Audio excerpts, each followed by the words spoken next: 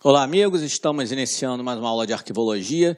Vamos continuar falando. Na aula anterior eu falei de método de arquivamento de forma genérica. Agora nós vamos começar a aula de hoje, nós vamos falar sobre o método alfabético, as regras de alfabetação. No assunto envolvendo métodos de arquivamento, o que mais costuma cair em concurso são as regras de alfabetação, no que tange esse assunto, tá certo? Então vamos falar sobre as regras de alfabetação, sobre o método alfabético. No método alfabético, qual é o elemento principal a ser considerado no documento, hein? Vocês já aprenderam na aula anterior, é o nome, né? Arquivamento de nomes, pessoas físicas ou pessoas jurídicas, o arquivamento onomástico. Quais as vantagens no método alfabético? O método alfabético, você já sabe que pertence ao sistema direto. Por ser um volume pequeno, ele é de fácil implantação.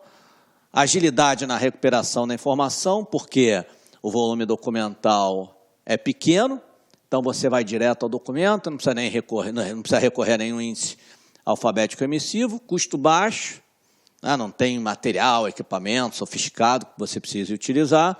Então essas são as vantagens do método alfabético. E a desvantagem é esta aqui, são os erros mais constantes de arquivamento. Por que erros mais constantes, né? Pô, Valentine, mas se o volume é pequeno, de documentos, e eu recupero rápido a informação, rápido o documento, por que então que os erros são constantes? Os erros são constantes devido às minúcias, né? A pequenos detalhes nessas regras de alfabetação, são fáceis, não são tantas, mas muita gente não sabe de que forma é a melhor maneira de aplicá-las, como utilizá-las. Por isso que ocorrem erros, tá certo? E, além disso, se nós compararmos com o método numérico, por exemplo, os métodos numéricos, você vai utilizar é utilizado para um volume grande de documentos, para um acervo grande, você precisa recorrer a um índice. Então, teoricamente, os erros deveriam ser constantes, mas é o contrário, os erros são reduzidos. Por quê? Porque o controle é muito maior, mais rígido. Tá certo? Então, comparando o método alfabético com o numérico, enquanto no método alfabético a desvantagem são os erros constantes, frequentes, no método numérico, e aí é uma vantagem do método numérico, os erros são reduzidos, justamente pelo controle maior no método numérico. As regras de ordenação, antes de nós entrarmos propriamente nas regras de alfabetação, deixa eu apagar aqui. Antes de nós entrarmos nas regras de alfabetação, eu digo a vocês que existem dois critérios na hora de se ordenar. Tá? Quando você vai organizar os documentos, ordenar os nomes, tá? Os nomes das pessoas, sejam elas pessoas físicas ou jurídicas, são dois os critérios que podem ser utilizados. Ou você vai utilizar letra por letra, ou você vai utilizar palavra por palavra. Eu digo a vocês que a escolha de um critério automaticamente exclui o outro critério.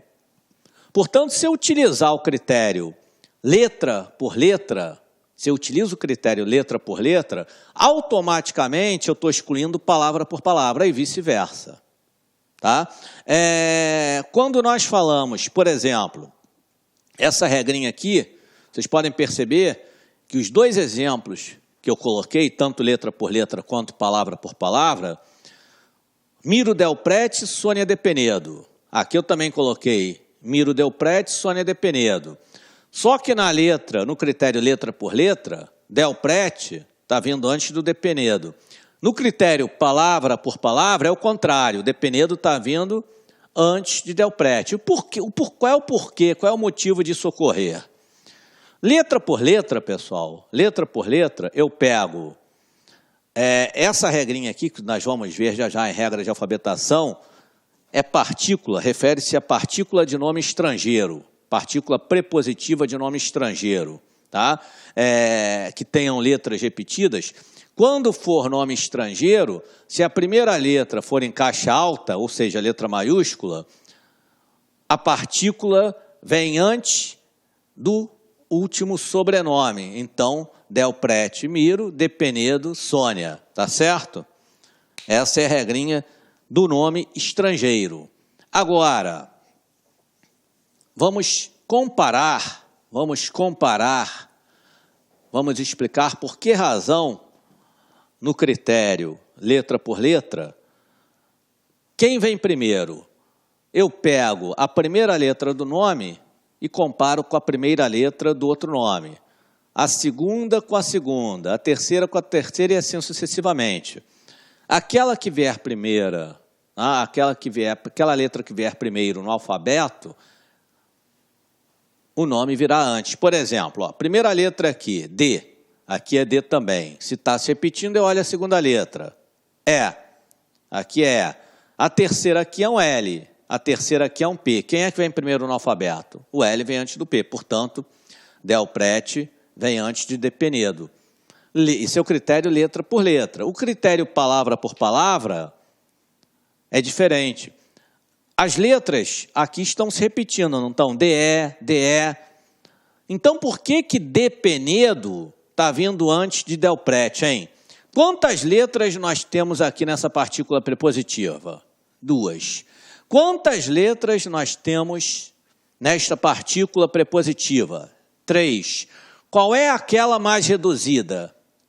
A mais reduzida é aquela que tem menos letras. É aquela que tem menos letras. Portanto, depenido vem antes de del prete. Aqui a gente costuma utilizar, por ser mais fácil, né, letra por letra.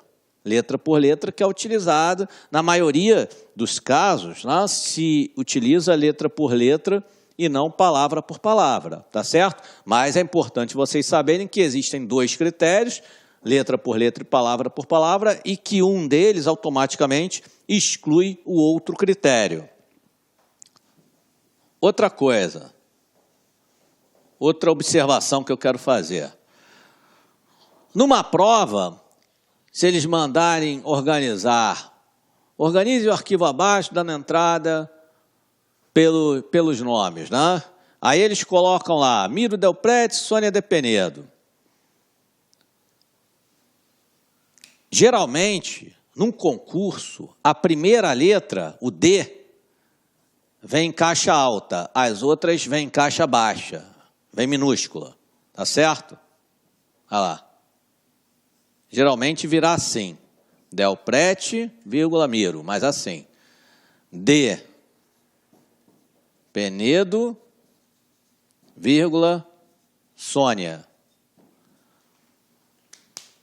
Então, geralmente virá assim, só a primeira letra em caixa alta.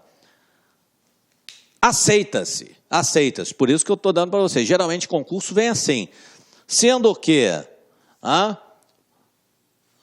qual é o motivo de se dar um destaque, né? de se colocar com letra maiúscula em caixa alta? É justamente o quê? Realçar, destacar. Então, você pega qualquer bibliografia aí, vai pegar a bibliografia de algum livro, você vai ver que eles seguem, né, as regras de alfabetação de maneira adequada, utilizam a caixa alta. Então, mas para concurso, geralmente não aparece assim, tá? Vem só a primeira letra com letra maiúscula, a gente aceita. Vamos lá.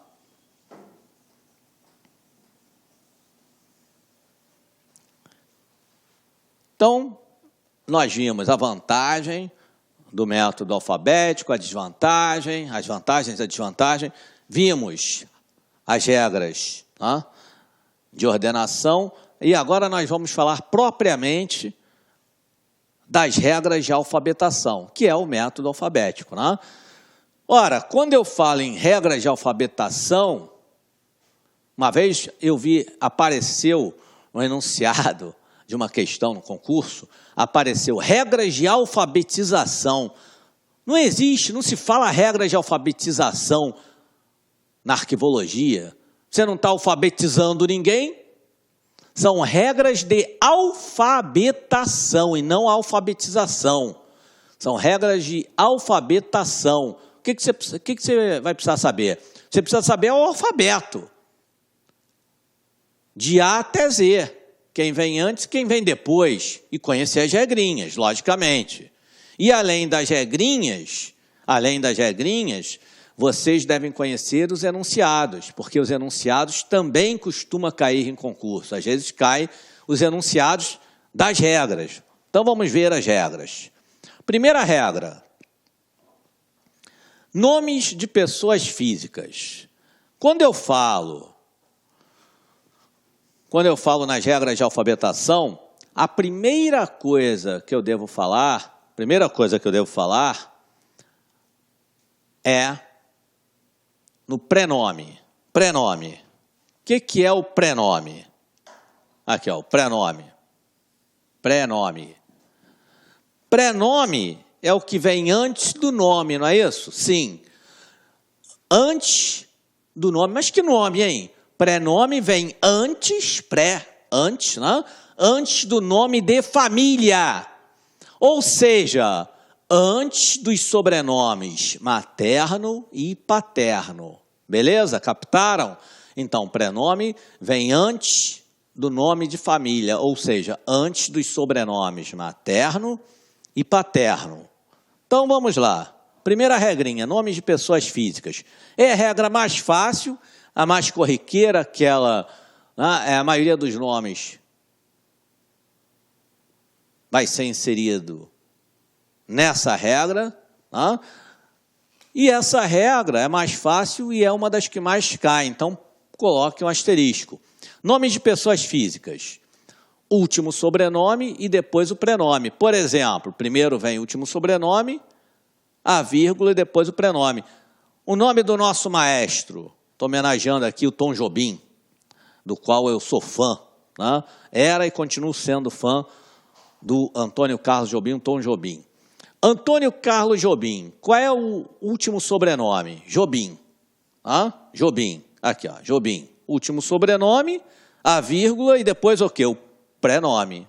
O prenome. E depois, o que sobrar virá depois, tá certo? O último sobrenome, a vírgula, o prenome e o restante do nome, tá? O prenome, vocês podem observar, o último sobrenome, Jobim. Na prova, como é que poderá aparecer o J maiúsculo e o resto minúsculo? Jobim, vírgula e o restante, tá? Também aceitamos. Essa é a regrinha mais fácil, mais simples e que cai bastante. Beleza? Vamos lá. Regra envolvendo pessoas físicas.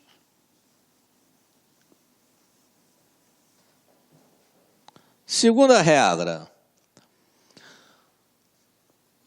Nome envolvendo substantivo mais adjetivo ou ligados por hífen não se separam. Não se separam. Também aparece em prova, também aparece em concurso. Tá? Substantivo mais adjetivo ou ligados por hífen não se separa. Aqui, ó. Gerson Castelo Branco. Castelo Branco, Castelo substantivo, perdão. Castelo substantivo e Branco adjetivo. Não se separa. Então, como é que vai ficar? Castelo Branco, vírgula, Gerson. Ruth Villa-Lobos, aqui, ó. Sobrenomes ligados por hífen também não se separa. Villa-Lobos, vírgula, Ruth. Aí eu vou olhar para saber quem vem primeiro. O C de Castelo vem antes da letra V de Vila no alfabeto. Então, Castelo Branco vírgula, Gerson vem antes de Vila Lobos, vírgula, Ruth. Numa prova, aqui eu já coloquei de forma que, quando a gente for ordenar o nome arquivando-se, obedecendo às regras de alfabetação, né, eu já coloquei de uma forma que esse nome venha antes desse. Agora, numa prova, eles não vão dar esse mole que eu estou dando, não. Eles vão jogar os nomes lá de forma aleatória.